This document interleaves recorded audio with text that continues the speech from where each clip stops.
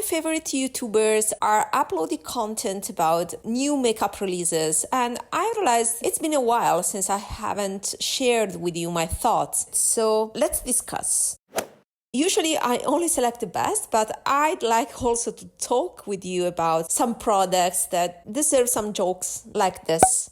So Dolce Gabbana is the new Fenty. Do you remember those Fenty palettes that were a total fail? After this debacle, Fenty didn't release for a while eyeshadows. And apparently they wanted to recycle the same layout, put Dolce Gabbana on top, and reissue the palette with some cooler tones as a high-end palette.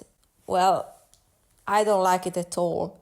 The blushes by Guerlain, I feel they're just redundant. These are colors we've seen before, a formula that seems standard.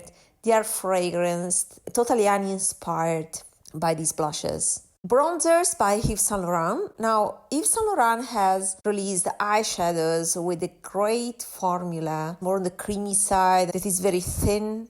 If the bronzers have the same interesting new formula like the eyeshadows, I would be interested. But the problem is the color range of all those bronzers that is peachy leaning, is quite warm. There's a great video about these bronzers from Sophia Sees Beauty. Yeah, she's definitely a warmer undertone.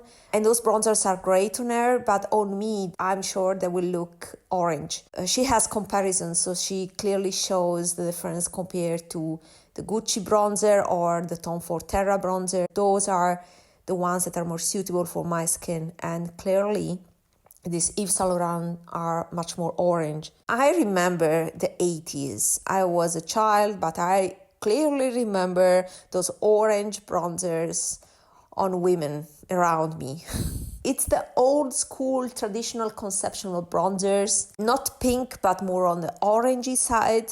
And they do not reflect my taste. So yeah, I will save money and skip on those bronzers. But if you have warmer skin or neutral leaning warm, then they can be a great choice, because I think the formula is amazing. The sticks by Victoria Beckham. Definitely there's a market research, and the baby blue is a thing. Chanel has released a baby blue in the Rivage palette that has been successful commercially. Even the Dolce Gabbana palette I've just talked about has a blue that is not truly baby blue, but is light blue nonetheless.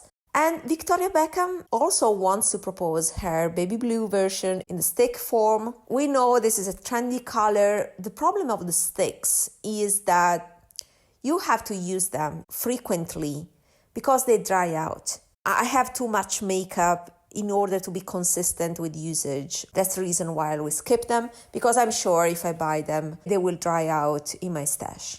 You know that I'm not interested in lipsticks whatsoever, so I won't discuss them. One of the few releases I'm interested and I'll buy for sure is the Guerlain Meteorites, and I will pick up the color number 3. So they will have limited edition packaging that is reminiscent of the holiday one that I loved. The Guerlain Meteorites from the holiday collection were my first Guerlain Meteorites, and although they're fragranced, I like the finish. I think it's very elegant.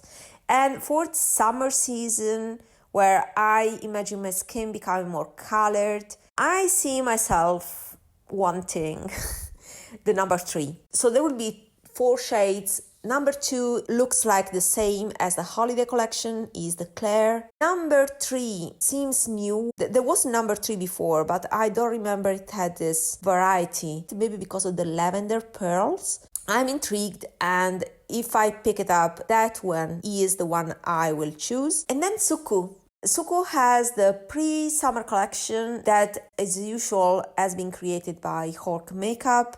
My honest opinion is that I don't like these colors.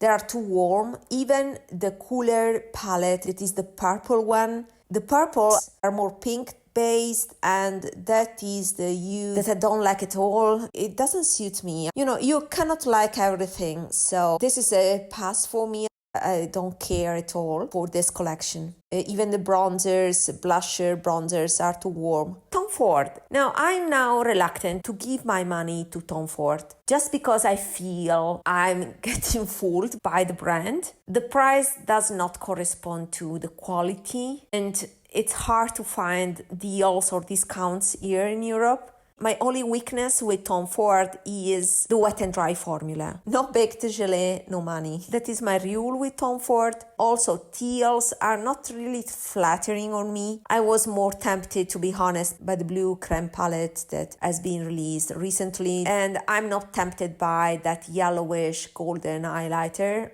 I have my golden highlighters. I have too many, to be honest. I should declutter a few of them. An update from the latest Chanel collection. The spring one, the Rivage palette is lovely. Not a must-have though. The blue is unique, very smoothing on the skin, and that makes the difference because it's the formula. I mean, the combination of that color in that formula, that is the uniqueness of the palette. But the blue is the only color there, and the other three colors are totally standard. Even the top left shade is not multidimensional once on the highest as I expected. It's not a must, that's my point. And the highlighter, you can spend half of the money and buy the Flower Nose highlighter number 4 from the latest collection, Angel collection. That one is identical in the Waxy Gelée formula that is great. More on the glittery side, but also the Chanel one is. So I would personally go for the Chinese alternative Flower Nose one instead of the Chanel one. I'm curious to know what's in your wish list. What do you plan to buy? Out of the ones that I discussed today, the only item I will buy is the Guerlain Meteorites. I'm doing very well this year. I'm proud of it. I will discuss soon, I think in my next video, about a project I have. See you in my next video then. Bye!